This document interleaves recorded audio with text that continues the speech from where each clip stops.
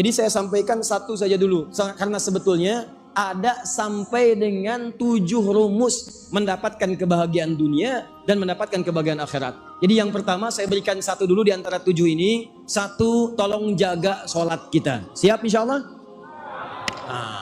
Dibuktikan oleh Al-Quran dengan kejadian di masa lalu dan dengan keterangan-keterangan. Dan saya sekarang berikan satu amalan. Ini penting nih. Ustadz, sholat mana yang paling utama? Catat nih. Ada 40 rakaat. 40 rakaat. Anda kerjakan sholat ini 40 rakaat. Kalau Anda konsisten mengerjakannya selama sebulan aja, itu insya Allah akan ada perubahan dalam kehidupan. Satu.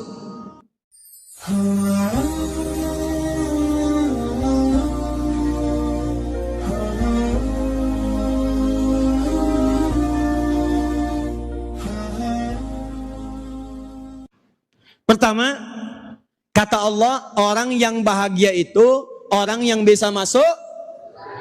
Jadi kalaupun ada orang hebat di dunia tapi nggak bisa masuk surga, hakikatnya dia bukan orang yang bahagia. Ya Allah, kenapa di surga itu disebut dengan nikmat bahagia? Tahan. Kenapa kehidupan di surga disebut dengan kata sa'id? Dan langsung disebutkan oleh Allah, itulah kebahagiaan yang sejati. Bahagia itu ketika kamu mampu ke surga. Surga.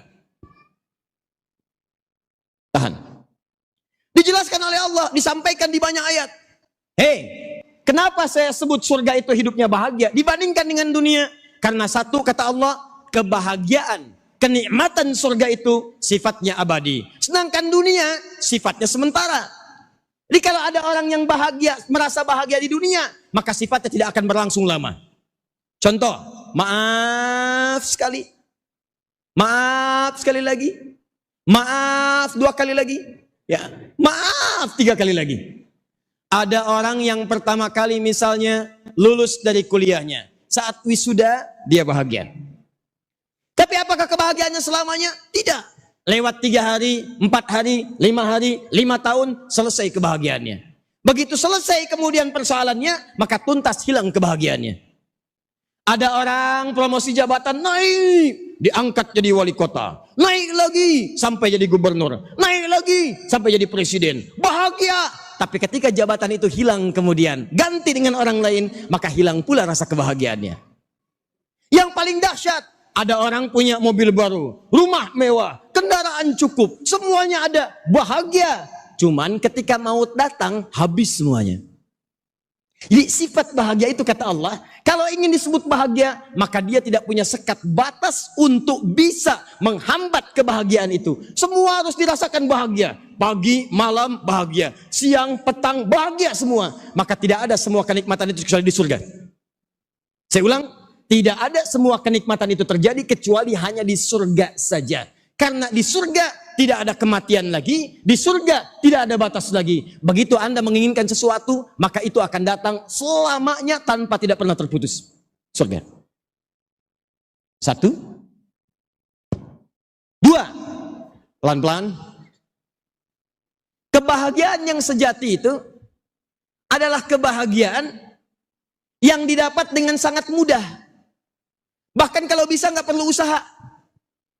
Maka Allah sampaikan nih, orang-orang di surga, kalau mereka menginginkan sesuatu, itu nggak perlu ikhtiar lagi. Tidak ada kerja, tidak ada usaha. Begitu menginginkan sesuatu, langsung didapatkan kemudian. Buka Quran surah kedua, Al-Baqarah, ayat ke-25. Paling kanan sebelah atas. وَبَشِّرِ الَّذِينَ آمَنُوا وَعَمِلُوا الصَّالِحَاتِ.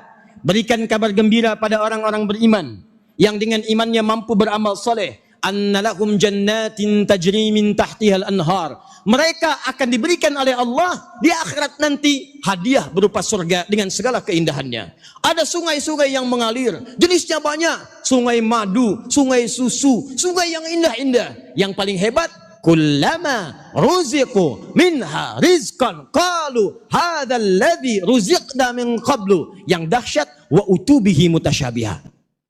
Setiap mereka pengen sesuatu, baru terbayang sudah diberikan persis semisalnya. Bahkan ada yang paling dahsyat, di dunia pernah pengen tapi nggak kesampaian. Begitu mau ke Al-A'zam, tiba-tiba di samping ada orang yang jualan durian.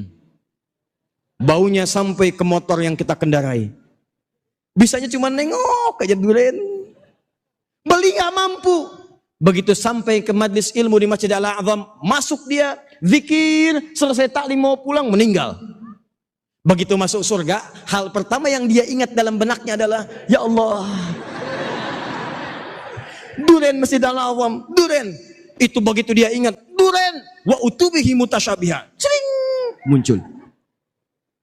Dan itu persis Allahu Akbar. Bentuknya, aromanya, rasanya persis sama. Tidak ada ikhtiar, tidak ada usaha.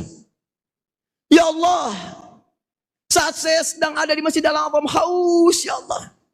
Terbayang cincau, terbayang jus alpukat, terbayang jus buah naga. Muncul seketika, cincau, pling, buah naga, pling, alpukat, pling. Ada di depan semuanya. Dan persis seperti yang diharapkan. Ya Allah, saya tuh datang ke Al-A'zam dengan harapan mendapatkan jodoh.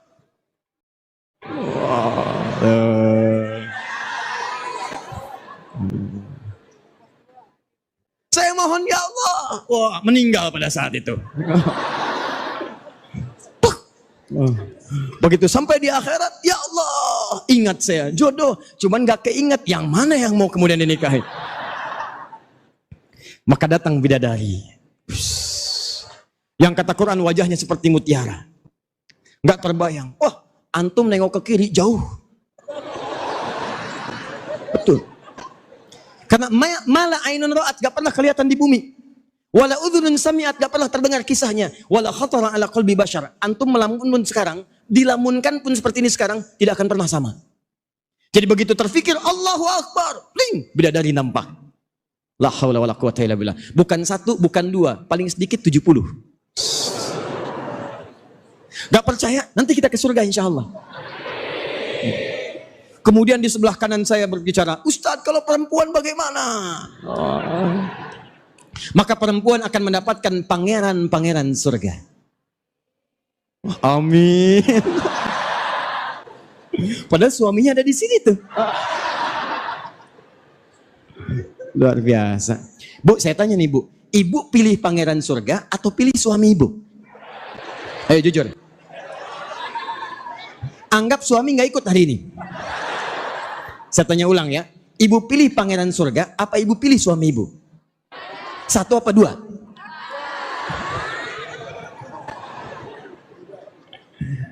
Ada ayatnya. Kalau bisa jadikan suami Anda bagian dari pangeran surga yang menemani Anda secara abadi. Ya, tidak cukup dengan amin, ada ayatnya. Apa amalannya? Amalannya turunkan kebahagiaan surga itu ke bumi.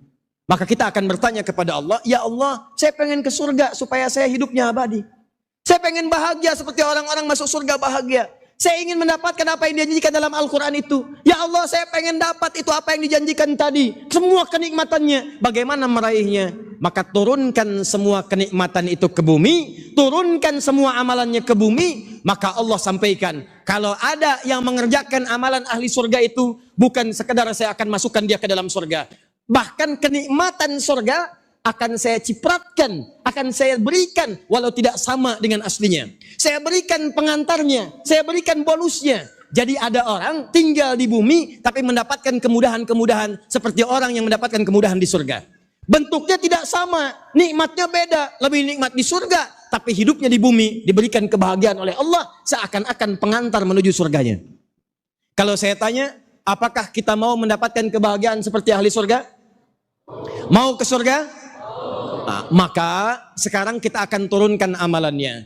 Amalan apa saja yang saat kita kerjakan memasukkan kita ke dalam surga dengan segala kebahagiaannya, plus diberikan bonusnya oleh Allah saat di dunia. Orang ini hidupnya akan bahagia, hidupnya mudah seperti orang di surga mudah. Saya beri rahasia nih. Tadi kan saya katakan orang di surga itu nggak perlu nyari lagi kan? Mau makan, muncul makanan. Mau minum, datang minuman. Masya Allah. Ada orang yang saat mengerjakan amalan itu di bumi, Allah berikan kemudahannya. Orang ini, orang lain kerja, capek, orang ini tidak. Begitu dia bergerak, tiba-tiba datang rezekinya. Kata Allah, min haitsu la yahtasib. Contoh, ibu kenal Maryam, Siti Maryam? Kenal ibu ini. Luar biasa. Cuma di Al-A'zam yang kenal Siti Maryam. Memang luar biasa hari ini, belum saya tulis sudah kelihatan. Maryam kenal. Kenal Firaun? Alhamdulillah. Saya di Sukabumi, luar biasa. Sebelah kanan saya kenal Maryam. Sebelah sana kenal Utsman bin Affan. Sebelah kiri kenal Firaun. Ini masih agak lumayan, Maryam. Ini lihat sini, buka Quran surah ketiga, ayat 35 sampai 37. Paling kiri sebelah bawah, dari tengah ke bawah.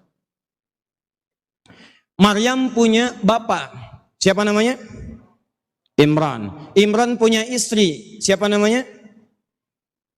Ibu Imran. Paling gampang tuh. Siapa istrinya Nabi Daud? Ibu Daud.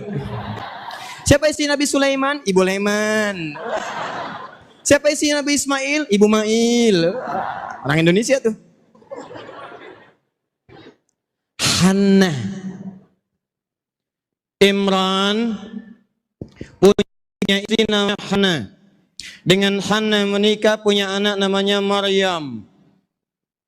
Maryam itu kalau dalam bahasa kita orang yang suci, bersih, dekat dengan Allah, rajin ibadah. Jadi bapak ibunya nyiapin Maryam dari sejak kecil supaya bisa menjadi ahli surga. Apa diantaranya? Didekatkan dengan Allah, rajin dengan ibadah. Begitu didekatkan dengan Allah, dibuatkan mihrab, tempat yang dikhususkan untuk ibadah. Masuk ke mihrab, ibadah.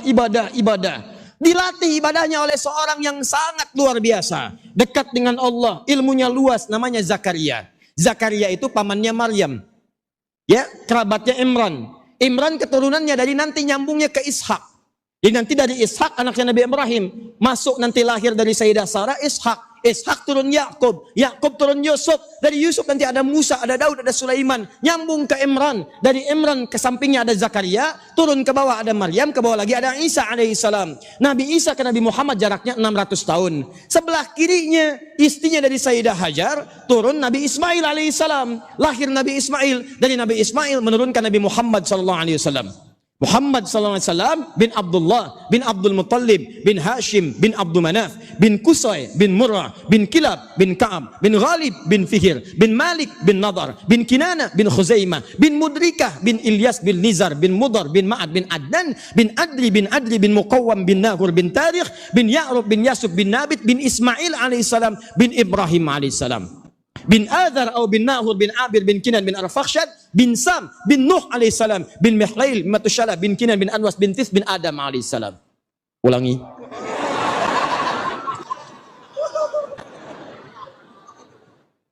Nah, Maryam keturunan dari jalur nanti Sayyidina Ibrahim, dari jalur Ishak sampai ke Imran itu disiapkan. Maryam itu bukan nabi, rasul juga bukan.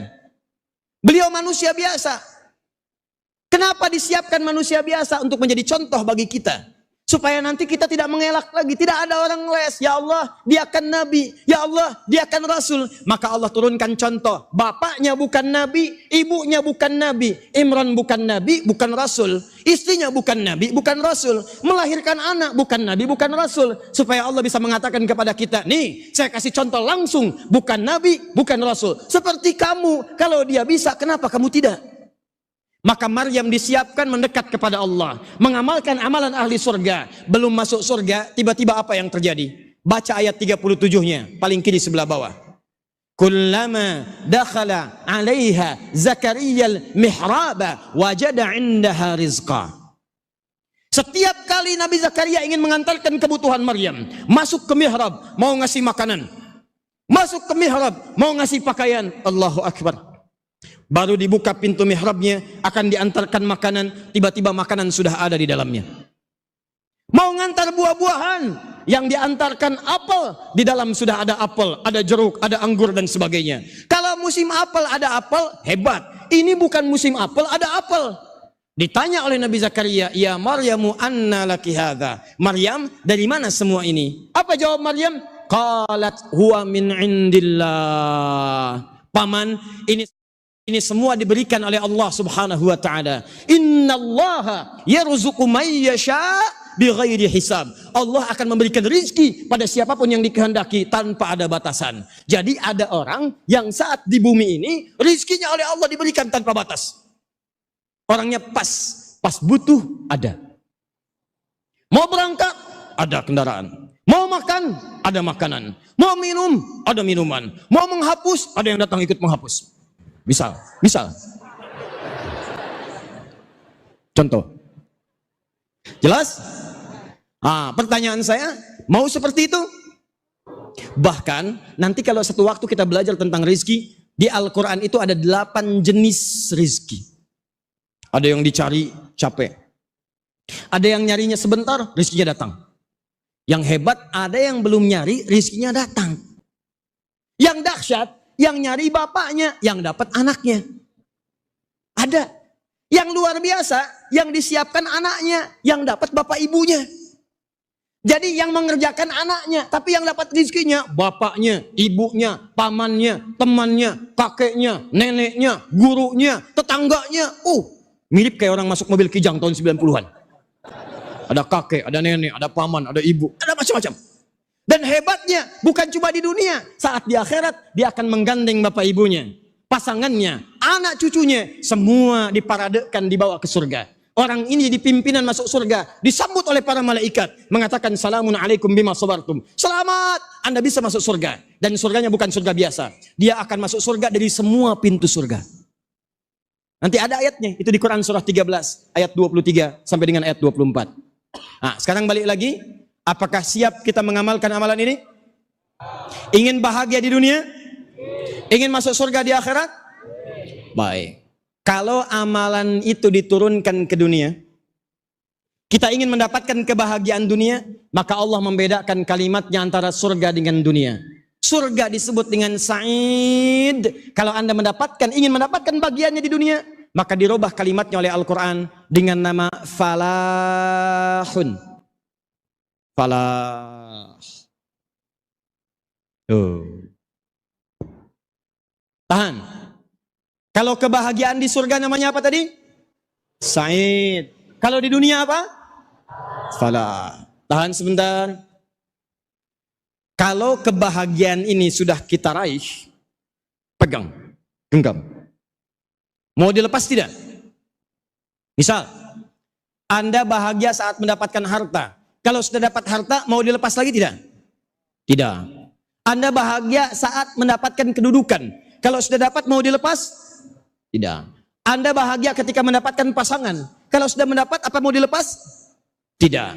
Sesuatu yang sudah digenggam, tidak mau dilepas lagi, maka rubah kalimatnya. Tambahkan hamzah di depannya, buang alif sebelum akhirnya. Lihat baik-baik. Fala, tambahkan hamzah di depannya, begini. Buang huruf alif sebelum akhirnya. Fokus. Tadinya falahun, fa, lam, ha. Falah. Kalau ditambah huruf hamzah, maka pindahkan yang ini. Fathah. Fathah di atas, di bawah. Di atas.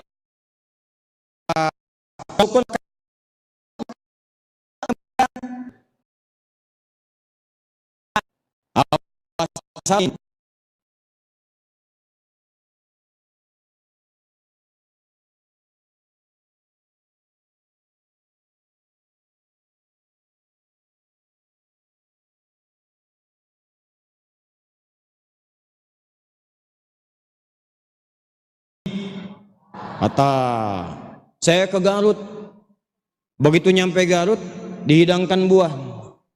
Kata orangnya, Ustadz, ini buah sukun.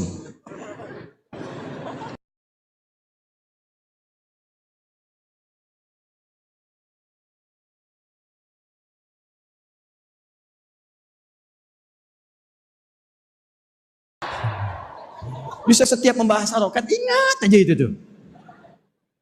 Lihat sini, fathahnya pindahkan ke sini, a. Karena sudah pindah, ini nggak punya harokat, jadi sukun, mati begini. Maka berubah katanya dari falah menjadi aflah. Aflah itu artinya kebahagiaan dunia yang sudah dipegang dan nggak mau dilepas. Anda sudah pegang tuh, jangan pernah dilepaskan. Bagaimana cara mendapatkan kebahagiaan di dunia? Dan kebahagiaan itu akan mengantarkan kita mendapatkan surga terbaik di akhirat. Kalau sudah dapat, jangan lepaskan. Bagaimana caranya? Maka diturunkan langsung satu surah. Surahnya ada di surah ke-23 ayat 1 sampai dengan 9. Nah, paling kanan. Kita lihat. Lihat sini. Quran surah ke-23 ayat 1 sampai 9. Yuk lihat baik-baik pelan-pelan. Ini kita masuk ke intinya nih. Ada ayatnya? Qad aflahal mu'minun. Ada kata aflahnya di situ? Ada. Qad harfu tahqiqin, huruf yang menjamin kepastian. Kalau diterjemahkan dengan ilmu nahwunya maka diartikan qad aflahal mu'minun, pasti. Al-mu'minun, orang-orang beriman itu aflah, akan menggenggam kebahagiaan di dunia dan dia akan bahagia di akhirat. Jadi kata Allah, cukup Anda ini beriman. Kalau Anda betul-betul beriman, maka Allah akan jamin orang beriman tuh dunianya bahagia, akhiratnya bahagia. Makanya ketika dia berdoa di dunia, orang beriman itu doanya beda. Doanya diberikan oleh Allah bahagia dunia akhirat. Silakan buka Quran surah kedua Al-Baqarah ayat 201, 201 paling kanan sebelah bawah. Itu orang-orang beriman ketika berdoa langsung disebut oleh Allah. Doanya kita hafal sebetulnya. Cuma mungkin ayatnya belum ditemukan. Bahkan Anda punya istilah sendiri. Rabbana atina fid dunya wa fil akhirati hasanah wa qina, ya Allah berikan kami kenikmatan, kebaikan, kebahagiaan di dunia. Juga berikan kebahagiaan di akhirat. Jangan sampai di dunianya kami nikmat, tapi di akhirat kami sengsara. Doa apa itu? Oh, sapu jagat. Cuma orang Indonesia yang bisa. Dan cuma orang Tangerang Al-Awam yang tahu istilahnya, sapu jagat. Saya tinggal lama di Arab, orang Arab nggak tahu tuh. Nggak percaya silahkan Anda ke Arab, tanyakan. At-ta'rif doa sapu jagat? Oh, sapu jagat. Dunianya baik, akhiratnya mulia. Bagaimana cara mendapatkan itu? Lihat baik-baik. Karena ada orang yang kalau Anda baca ayat sebelumnya, faminan nasi may yaqulu rabbana atina fid dunya wa ma lahu fil akhirati min khalaq. Ada orang yang cuma dunia aja, yang penting dunia hebat, kendaraan bagus, makan enak, rumah mewah, kendaraan luar biasa. Yang penting dunia, akhirat bagaimana nanti? Ada yang cuma dunia saja. Nah, itulah orang-orang yang orientasinya nggak punya iman. Ini mesti beda. Kalau Anda orang beriman, mesti beda dengan yang belum beriman. Yang belum beriman tuh cirinya gampang, cuma senang dengan dunia, nggak peduli dengan akhirat. Orang beriman mesti beda. Dunianya sukses, akhiratnya pun luar biasa bahagia. Di sepanjang Anda beriman, ayo sukses. Kata Quran kaya, kaya, jangan nanggung, kaya. Sebab dengan kekayaan itu Anda bisa zakat. Anda bisa infak. Kalau nggak punya uang, bagaimana kita zakat? Kalau nggak ada harta, bagaimana kita infak? Kalau nggak cukup harta, bagaimana haji dan umrah? Kata Quran, ayo dapatkan, ayo dapatkan. Dunianya bahagia, akhiratnya mulia. Nah sekarang kata Allah satu, orang beriman saya jamin, pasti dia akan bahagia dunia dan akhirat. Nah, pertanyaan saya, apakah semua kita sekarang di sini beriman? Yang belum beriman angkat tangan. Tidak. Angkat tangan.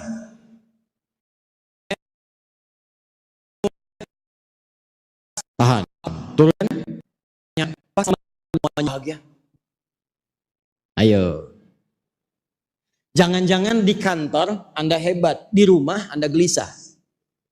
Jangan-jangan di rumah Anda bahagia, tapi pekerjaan Anda punya masalah. Jangan-jangan di rumah bagus, di kampus ada persoalan. Jangan-jangan di kantor hebat, di rumah bagus, tapi dengan tetangga punya persoalan. Kata Quran beda, orang beriman tuh dimanapun dia menapak, dimanapun dia tinggal, maka dia mendapatkan kebahagiaan yang hakiki. Pertanyaannya, Ustadz, kalau ada orang mengaku beriman, tapi belum sempurna kebahagiaannya, maka apa masalahnya? Apa amalan yang kurang? Apa persoalannya? Kata Allah, boleh jadi dia tidak mengamalkan rumus-rumus kebahagiaan yang disebutkan dalam Al-Quran. Sekarang lihat baik-baik, rumus yang pertama. Saya cukupkan sampai sini nanti, rumus pertama. Kalau nanti ada pertanyaan kita diskusikan, kalau tidak ada kita nanti detilkan. Perhatikan baik-baik, ini yang paling penting nih. dari sekian apa yang saya sampaikan. Satu, amalan pertama. Kalau Anda ingin bahagia dunia, termasuk sukses pekerjaannya, di rumah tangga bahagia, maaf, di rumah bahagia, kantor bahagia, di kampus juga senang, di kehidupan sosial senang, amalan pertama kata Allah, perhatikan baik-baik, perhatikan ayat keduanya. Qad aflahal mu'minun, ayat keduanya, alladzina hum fi salatihim khashi'un. Khashi'un. Satu, amalan pertama. Tahan. Jika Anda ingin masuk surga, bahkan surganya surga Firdaus, karena nanti di ayat yang ujungnya dari 9 itu, begitu nyampe ke ayat itu akan disebutkan ulaika humul warithun alladzina yarithuna al-firdausa hum fiha khalidun. Orang ini di akhirat surga besar Firdaus. Akhirat surga dunianya. Satu kata Allah, tahan, orang ini saat di dunia khusyuk salatnya. Salat.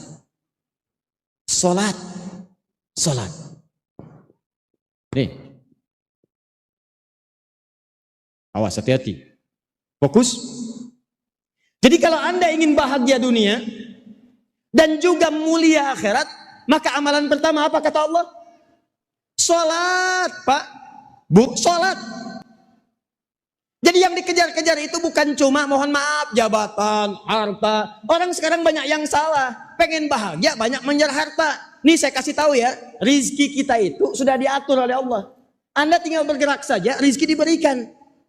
Dan tidak akan pernah berkurang, pas ukurannya. Itu ada ketentuannya di Quran. Quran surah ke-51 ayat 22. Kata Allah, wa fis samai rizqukum wa ma tu'adun. Kamu jangan takut tentang rizki. Rizki kamu itu sudah saya tetapkan, akan saya berikan, gak akan pernah tertukar. Boleh ada putri yang tertukar, ada. Menteri yang ditukar, ada. Tapi tidak ada rizki yang tertukar. Setiap kita itu sudah pasti takarannya jelas. Ada yang 1 miliar, ada yang 100 miliar, ada yang 1 triliun. Anda mau kerja apa aja, sepanjang bergerak, maka rizki akan turun kepada Anda. Nih, kalau nggak percaya ya, buka Quran surah 11 ayat yang ke-6. Saya kasih contoh nih. Wa ma min dabbatin fil ardi illa 'alallahi rizquha. Jangankan manusia kata Allah, selevel hewan melata aja yang merayap,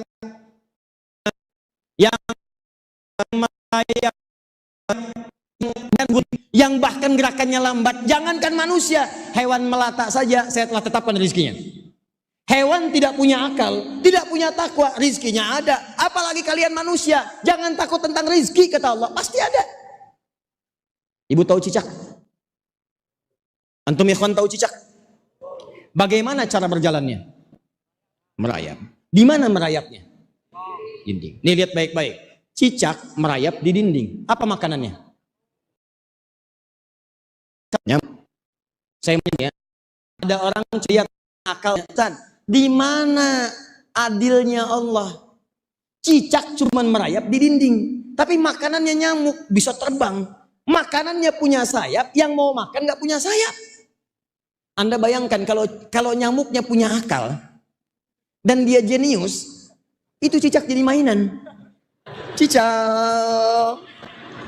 Cicaknya merayap di dinding sana, nyamuknya di tengah-tengah kubah. Cicak, ayo tangkap, ayo tangkap.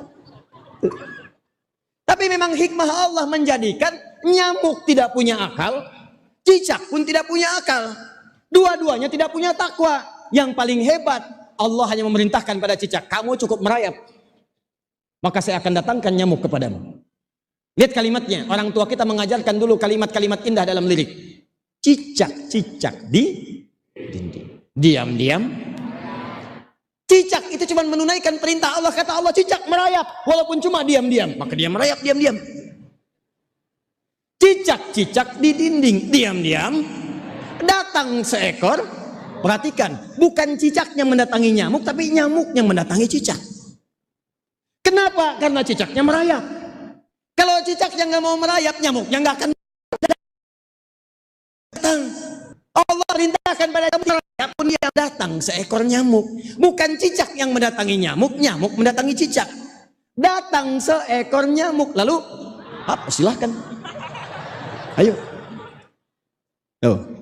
Jadi kalau urusan rezeki jangan takut. Makanya salah kalau ada orang mengukur kebahagiaan dengan harta. Begitu hartanya hilang, maka hilang kebahagiaannya. Karena itu banyak terjadi di rumah tangga. Ukuran kebahagiaannya itu materi, harta. Begitu hilang hartanya, masalah di rumah tangganya. Banyak salah ukur. Yang diukur itu cuma materi, penampilan, wajah, ganteng, cantik. Begitu memudar, hilang kebahagiaannya. Maka kata Allah, kalau Anda ingin latihan mendapatkan kebahagiaan, maka yang pertama, dapatkan kebahagiaan itu dengan ikhtiar. Salat, salat, salat. Masih ingat kebahagiaan yang diusahakan didapatkan di dunia disebut apa tadi? Masih ingat? Falah. Sekarang lihat sini. Saat kita dipanggil oleh muadzin untuk menunaikan salat dalam azan. Hayya 'alas salat. Salat. Apa kami salat? Kenapa kami salat? Dijawab kemudian. Apa jawabannya?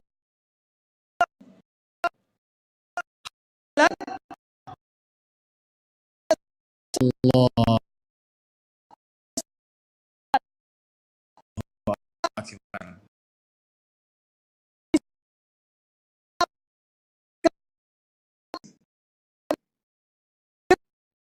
Di jalan ingin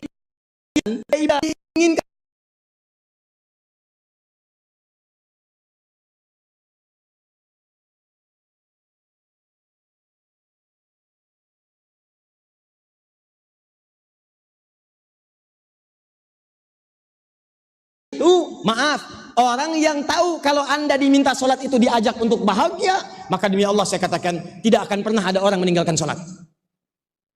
Jadi kalau cara berpikir kita sholat itu cuma beban, kalau cara berpikir kita sholat itu beban, takbir, salam, wudhu, sholat, selesai sholat datang sholat lain. Kalau cuma mikirkan beban ibadahnya,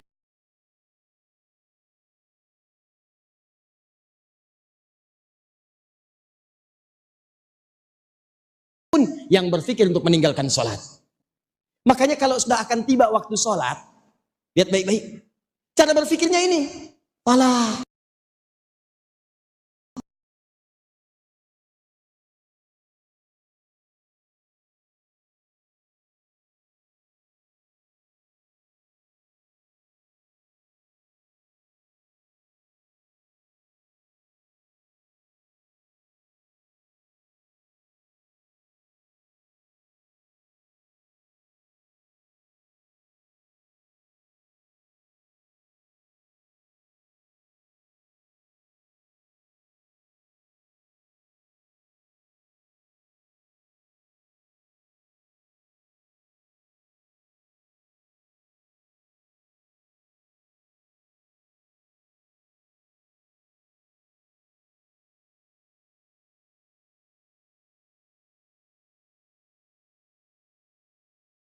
Sholatnya benar, hadis qudsi.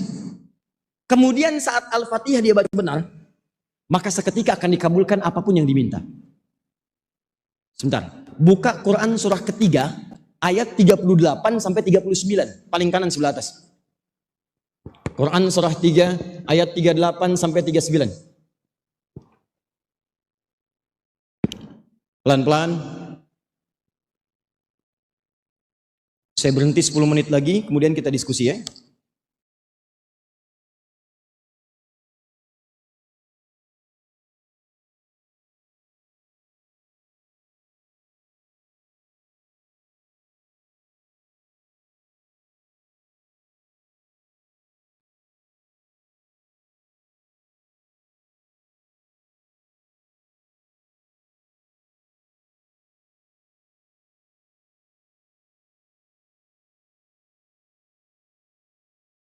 Nabi yang sudah jelas surganya dapat ujian. Masa kita yang belum jelas masuk surga nggak mau diuji?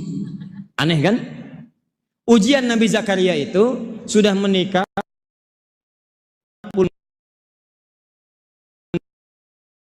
tahun, sudah sepuh, sudah punya anak. Apa yang dikerjakan oleh beliau?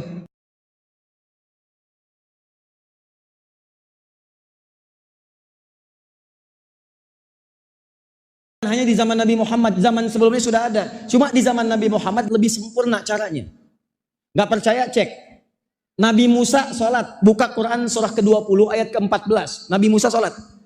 Innani anallahu la ilaha illa ana fa'budni wa aqimi sholat li dzikri. Kata Allah pada Nabi Musa, sholat. Nabi Isa sholat.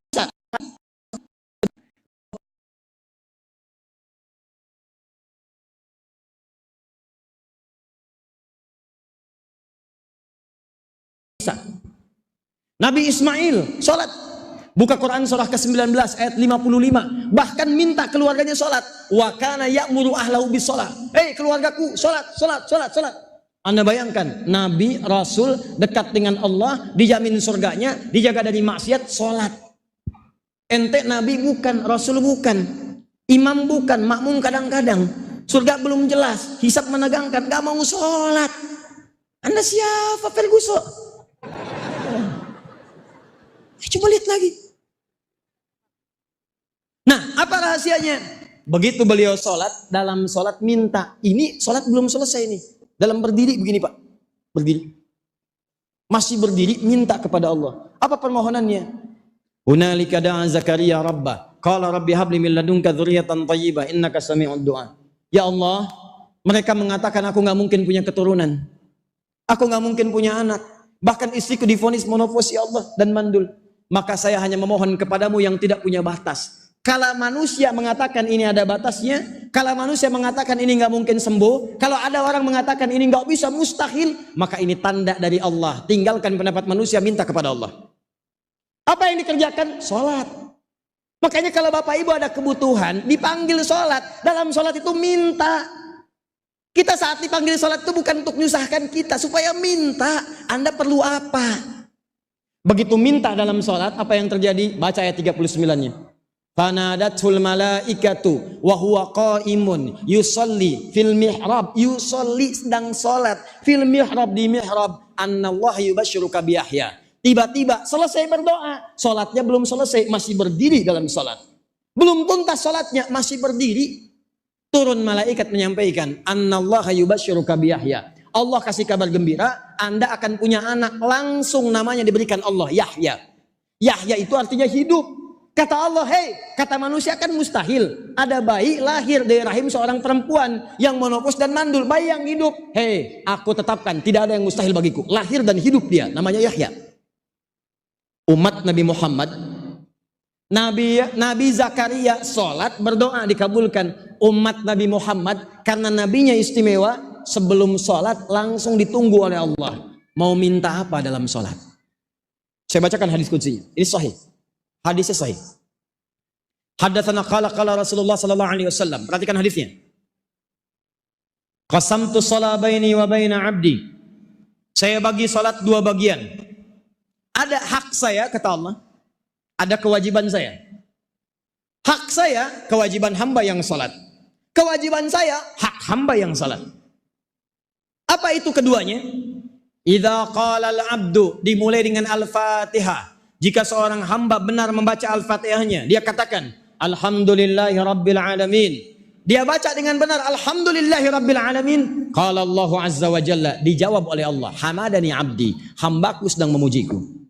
Wa idza qala al-'abdu ar-Rahmanir Rahim, kalau hambaku mengatakan ar-Rahmanir Rahim, qala Allah Azza wa Jalla, Allah menjawab Athna alayya abdi, hambaku sedang menyanjungku.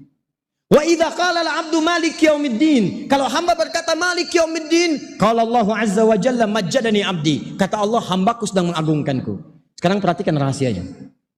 Wa idza qala al-'abdu, kalau hamba membaca, perhatikan baik-baik, iyyaka na'budu wa iyyaka nasta'in. Iyyaka na'budu, ya Allah, sekarang kami sedang ibadah, kami salat kepadamu. Karena ibadah itu disebut dengan sholat. Contohnya di dalam Quran. Kami ibadah. Apa makna ibadah? Sholat. Dari mana taunya? Buka Quran surah ke-20. Ayat ke-14. Kata Allah, fa'budni, sembah saya ibadah. Bagaimana caranya? Wa aqimis sholat. Tunaikan sholat. Kita katakan, iyyaka na'budu ya Allah, sekarang kami sedang sholat. Wa iyyaka nasta'in. dan kami sedang butuh pertolongan. Kami minta ya Allah, kami minta, kami mohon. Nah, Anda saat menyebutkan iyyaka nasta'in itu di hati minta apa? Sedang ada kebutuhan apa? Apa jawabannya? Begitu Anda benar bacaannya kata Allah, perhatikan hadis kuncinya. Hadza baini wa baina abdi. Ini perjanjian antara aku dengan hambaku. Wali abdi. Kalau hambaku benar sampai sini salatnya, baru sampai bacaan tadi, masalah apapun yang dia minta, aku akan kabulkan sekarang. Apapun yang diminta, dikabulkan seketika. Makanya tidak ada nabi, orang soleh, sahabat, tabi'in, dan seterusnya, kecuali dalam salatnya mereka meminta semua yang diinginkan dalam kehidupan dunia akhiratnya. Karena itu, saya tutup, orang yang sholatnya benar, awas hati-hati, orang yang sholatnya benar, langsung dijanjikan oleh Allah, di dunianya mendapatkan 5 kebahagiaan. Yang tidak didapatkan oleh orang yang tidak sholat. Cepat. 1, orang sholat, hatinya akan selalu tenang. Saya ulang, orang sholat, hatinya akan selalu tenang. Itu ada di Quran surah ke-13 ayat ke-28. Ditafsir di Quran surah ke-20 ayat ke-14. Ala bi dzikrillahi tatmainnul. Yakinkan pada dirimu kalau zikirmu benar kepada Allah, hatimu akan tenang. Sedangkan zikir dalam Al-Quran itu diantara ibadahnya disebut dengan sholat. Diantara maknanya, wa aqimis sholata li dzikri, tunaikan salat sebagai zikir kepadaku. Kata Allah, apa manfaat zikir itu? Manfaat zikir itu memberikan ketenangan pada hati. Jadi kalau orang biasa salat dengan baik, hatinya tenang. Makanya Ibu, ya, Pak, saya sarankan kalau sedang punya masalah, ambil wudu, salat. Demi Allah saya katakan, walaupun solusinya belum datang, tapi hati sudah tenang. Dan ketenangan itu penting, kadang-kadang lebih penting dibandingkan harta yang kita miliki. Ayo pilih mana? Kaya tapi gelisah atau miskin tapi tenang? Nggak ada pilihan ketiga. Ayo, nggak usah ngarang. Kaya tapi gelisah atau miskin tapi tenang? Pilih mana? Oh, kaya tapi tenang. Tenang. Cepat. 2. Orang yang sholatnya benar, ini jaminan Allah langsung. Maka hidupnya akan dimudahkan, rizkinya akan mengalir berlimpah. Hidupnya mudah, rizki berlimpah. Dalilnya Quran surah ke-65 di akhir ayat kedua, di awal ayat ketiga. Akhir ayat kedua, awal ayat ketiga. Sudah? 3. Orang yang sholatnya benar, maka akan langsung oleh Allah dirubah hidupnya. Dirubah hidupnya dan perilakunya menjadi orang yang baik. Baik gitu. Kalau jadi pejabat, pejabat yang baik. Jadi hartawan, hartawan yang baik. Maaf, jadi guru-guru yang baik. Jadi suami-suami yang baik. Makanya ulama sekarang mengatakan kalau Anda ingin mendapatkan orang terbaik di rumah tangga, maka yang pertama lihat agamanya, lihat sholatnya, lihat Qurannya. Sekarang orang para kiai itu kunci anaknya kalau sedang dilamar orang ditanya Qurannya. Datang 3 orang ke rumah seorang kiai memperebutkan anaknya. Begitu kemudian mengajukan lamaran kata kiainya, Anda yang pertama, rahmatullah, siapa namanya? Anas Pak. Baca surat An-Nas. Baca. Lihat makhrajnya, bagus. Ada yang kedua siapa namanya? Torik Pak, Torik. Baca surat At-Torik. Baca. Bagus. Kalau ada yang ketiga siapa namanya? Wajahnya pucat. Saya Imran Pak.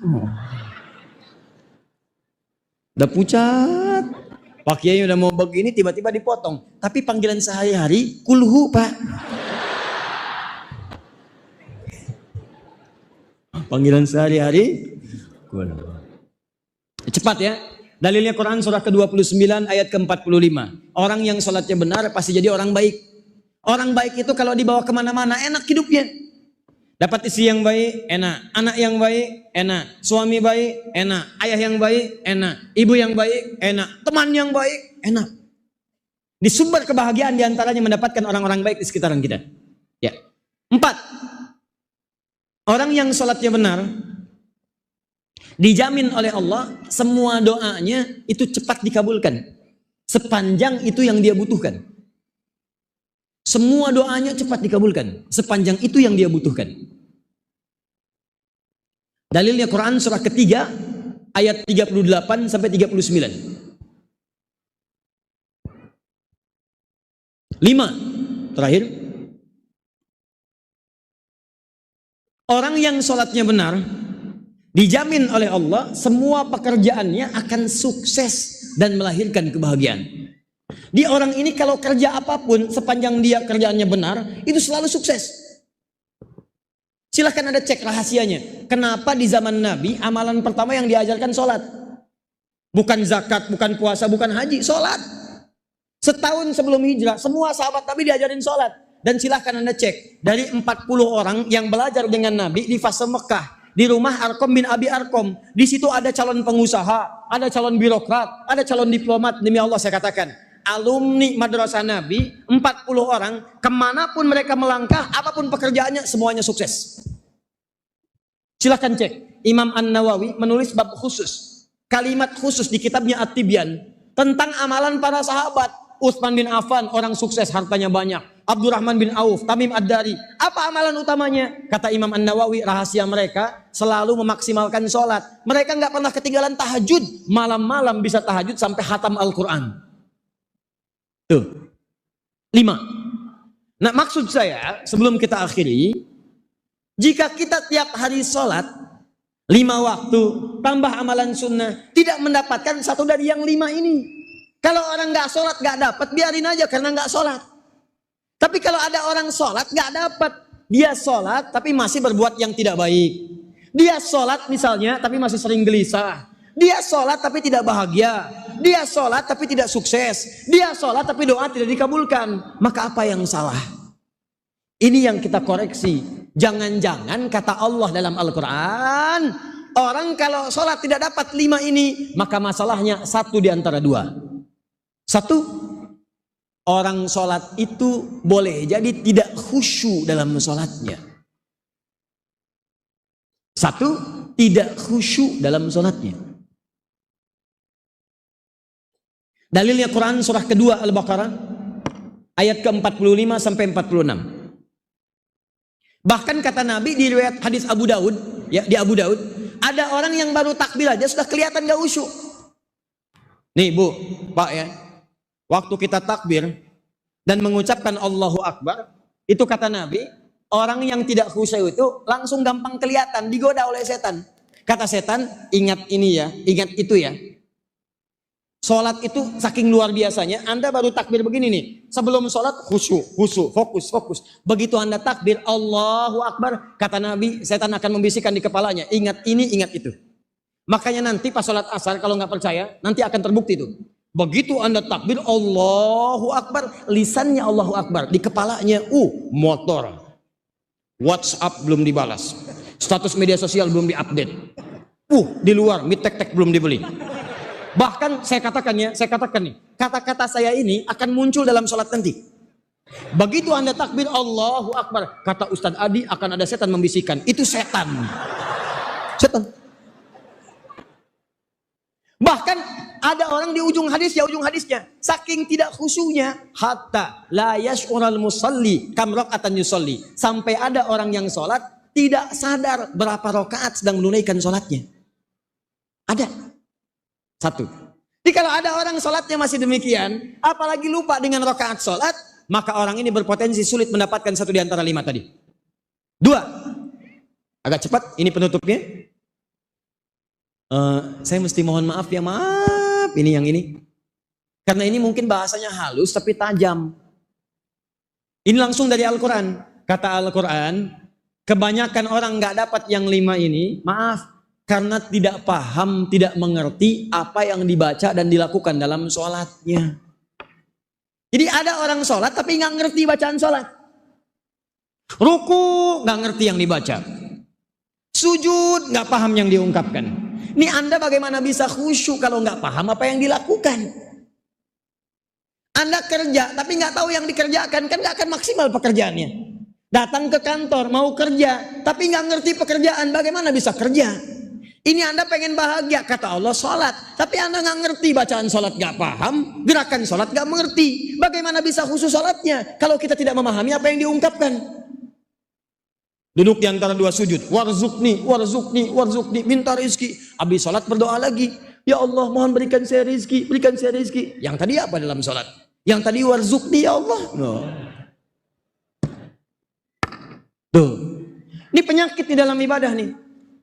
Dulu orang itu belajar sampai paham. Orang sekarang yang penting bisa bacaannya, tahu gerakannya, nggak peduli apapun yang dipahami. Ini yang bikin celaka. Sekarang musim umroh, banyak orang umroh tawaf cuman sekedar puter-puter, tapi nggak ngerti yang dibacakan. Saya tawarkan sebentar nih, ini ke asar kurang lebih ada 6 sampai dengan 7 menit lagi. Saya mau tanyakan, mau tanya jawab atau saya sempurnakan sebentar? Ulangi, tanya jawab atau sempurnakan? 1 apa 2? Nah, sudah. Udah nggak usah pakai tangan, orang paham kok. Nah, nggak pakai tangan pun paham. Ya, pilihan cuma 2, kalau nggak 1. Oh, ada. Jadi mau yang mana? Nah, sudah. Ini pilihan ini loh, pilihan taklim bukan yang lain. Nah, ini lihat nih, fokus baik-baik. Kebanyakan orang yang sholat tidak paham bacaan dan gerakan sholat. Dan ini menjalar ke ibadah lain. Padahal ada satu rahasia dalam tawaf. Yang mau umrah, ingat ini kalimat ini. Buka Quran surah ke-19. Ini rahasia terbatas. Ayat 47 sampai 49. Ini kalau Anda paham rahasia di ayat ini baru tawaf aja. Baru tawaf, semua doa yang Anda mintakan berpotensi dikabulkan. Ini kisah Nabi Ibrahim. Makanya kenapa tawaf dimulai dari Hajar Aswad dengan subhanallah, walhamdulillah, wala ilaha illallah, wallah. Berhenti di mana itu bacaannya? Maqam Ibrahim. Dari Maqam Ibrahim ke Rukun Yamani bebas minta. Dari Rukun Yamani ke Hajar Aswad, Rabbana atina fid dunya hasanah. Pertanyaannya, Ustadz, kenapa berhenti di Maqam Ibrahim bacaan yang tadi? Rahasianya ada di surat Maryam ayat 47 sampai dengan 49. Di ayat itu ada isyarat Nabi Ibrahim itu pernah subhanallah, walhamdulillah, wala ilaha illallah, wallahu akbar. Kalimat itu diamalkan isinya. Begitu diamalkan, lihat ayatnya. Wa wahabna lahu ishaq. Kami kabulkan semua dosanya. Maaf, kami kabulkan semua doanya. Kami kabulkan semua doanya. Bahkan istrinya yang divonis tidak mungkin punya keturunan, kami hadiahkan. Langsung mengandung, punya anak, lahir namanya Ishak. Apa rahasianya? Dibuat dalam tawaf. Subhanallah, walhamdulillah, wala ilaha illallah, wallahu akbar. Makanya kalau Anda kemudian baca bacaan itu, pahami artinya. Begitu diamalkan, kata Allah silahkan minta. Dari Maqam Ibrahim sampai Rukun Yamani, minta bebas. Nggak harus pakai bahasa Arab. Anda boleh minta pakai bahasa kita. Bahasa Indonesia, bahasa Sunda, bahasa Jawa, silahkan bebas. Bahkan ketika Anda ada di Hijr Ismail, Anda ada di depan Multazam, minta boleh. Saya punya pengalaman nih, kisah dari teman. Tapi walaupun caranya nggak harus ditiru, tapi kejadian. Orang ini meminta dengan bahasanya dan dikabulkan. 2 kisah. 1, datang pemuda di Multazam, ya Allah, hamba kesini ya Allah untuk minta, hamba belum ada jodoh. Mohon ya Allah berikan hamba ya Allah jodoh, berikan isyarat. Tiba-tiba datang seorang perempuan samping kanannya, tinggi, jangkung, hidungnya mancung, kulit putih, langsung ditunjuk, kayak gini ya Allah.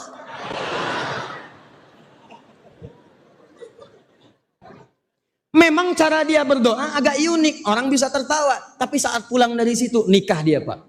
Walaupun bukan dengan yang tadi. Minta. Ada lagi yang kedua, ya Allah, hamba datang ke sini ya Allah banyak utang. Engkau tahu berapa banyak utang hamba ya Allah. Hamba juga punya catatan. Kalau tidak percaya, ini catatannya ya Allah. Tempel sama dia tuh. Walaupun membuat Anda tertawa, tapi dia meminta dengan cara yang benar. Apa yang dia pahami. Ini yang jarang terjadi. Yang nggak bisa umroh, nggak bisa haji, minta dalam sholat. Ada bacaan pakai bahasa Arab. Rabbighfirli warhamni wajburni warfa'ni warzuqni. Ada yang Allahumma ba'id, ada yang wajjahtu, subhana rabbiyal azim, subhana rabbiyal a'la. Bacaan semua, ada yang dibaca dalam hati saat sujud minta. Makanya Nabi itu saat sujud itu lama gitu. Ini orang sekarang ada yang sujudnya lama, lebih lama daripada Nabi. Nabi sudah bangun dia begini aja, ketiduran. Orang berdoa dia tidur. Nah, itulah teman-teman sekalian.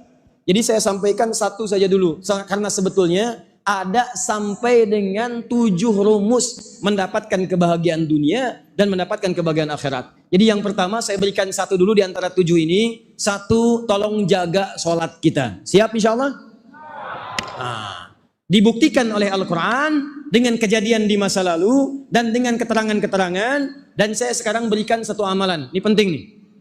Ustadz, sholat mana yang paling utama? Catat nih. Ada 40 rakaat.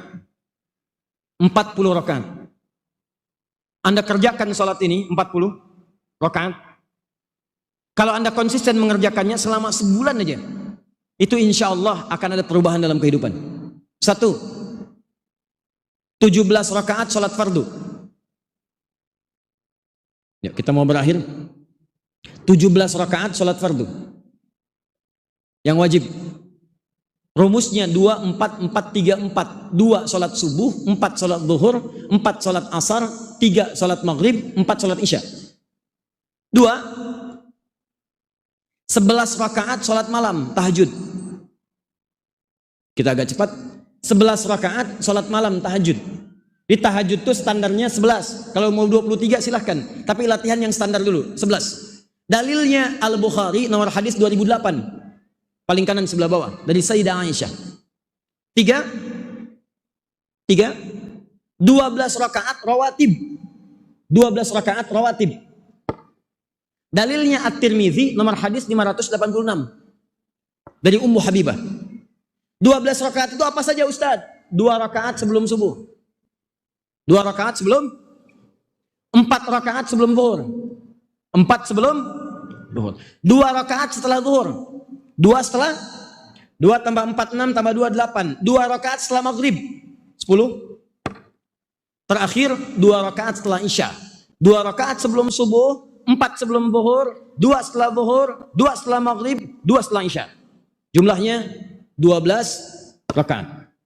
17 tambah 11 berapa? 28. 28 tambah 12 berapa? 40 rakaat. Tolong jaga 40 rakaat ini, tunaikan siang dan malam dengan benar, maka insya Allah seperti sahabat diwasiatkan oleh Nabi, mereka mengerjakannya dan mendapatkan kemudahan hidup dunia akhirat, maka insya Allah antum pun mendapatkan bagian dari itu semua. Karena ini sudah masuk waktu asar dan kita harus praktekkan, maka tidak ada yang paling baik kecuali kita menutup dengan doa. Ya, ada 3 cara berdoa dari Nabi. Pertama, cukup dibacakan hamdalah. Kedua, baca doa kifaratul majlis. Ketiga, Nabi kadang berdoa, sahabat mengaminkan. Kita insya Allah menggabungkan ketiganya, mudah-mudahan mendapatkan barokah dari doa yang kita bacakan insya Allah. Baik, kita mohon teman-teman sekalian, dan tadi saya sampaikan di awal, ada hadis yang insya Allah malaikat mengaminkan doa kita. Alhamdulillahi Rabbil Alamin. Hamdan syakirin, hamdan na'imin, hamdan yuafi ni'amahu yukafi mazidah. Ya Rabbana lakal hamdu wa lakal syukru kama yanbaghi li jalali wajhikal karim wa li 'azimi sultanik. Allahumma salli wa sallim wa barik ala habibikal karim rasulikal mustafa al-amin sayyidina Muhammadin wa ala alihi wa sahbihi ajma'in. Allahumma rabbana la tada' lana fi maqamina hadha wa fi kulli maqamin dhanban illa ghafartah. Ya Allah, kami mohon kepadamu, jika ada yang datang ke masjid ini, datang membawa lumuran dosa, jangan biarkan dia meninggalkan masjid ini kecuali Engkau telah ampuni segala dosa-dosanya. Allahumma wala hamman illa farajtah. Jika ada yang datang ke masjid ini membawa kegelisahan, jangan biarkan dia meninggalkan masjid ini kecuali Engkau telah tenangkan keadaan hatinya. Allahumma wala asiran illa yassartah. Jika ada yang datang ke masjid ini ya Allah membawa kesulitan dalam hidupnya, jangan biarkan dia meninggalkan masjid ini kecuali Engkau telah mudahkan kesulitan hidupnya. Allahumma wala maridan illa syafaitah. Jika ada yang datang ke masjid ini membawa penyakit atau keluarganya atau kerabatnya, maka mohon sembuhkan dan angkat segala penyakitnya. Allahumma taqabbal minna innaka antas samiul alim wa tub alaina innaka antat tawwabur rahim. Ya Allah, mohon kabulkan semua permohonan doa-doa kami ya Allah. Mungkin doa-doa khusus yang dipanjatkan satu di antara kami, dan terima tobat kami ya arhamar rahimin. Allahumma taqabbal minna innaka antas samiul alim wa tub alaina innaka tawwabur rahim. Alhiqna ma'al ladzina an'amta 'alaihim minan nabiyyin was-siddiqin wasyuhada'i was-salihin wa hasuna ulaika rafiqa. Ya Allah, bahagiakan kami di dunia dan satukan kami di akhirat dengan para nabi, khususnya Nabi Muhammad SAW, dengan orang-orang soleh, para syuhada, para siddiqin. Itu kenikmatan terbesar yang kami dapatkan. Rabbana atina fid dunya hasanah wa fil akhirati hasanah wa qina adzabannar. Bifadlika subhana rabbika rabbil izzati amma yasifun wa salamun alal mursalin wa akhiru da'wana alhamdulillahi rabbil alamin.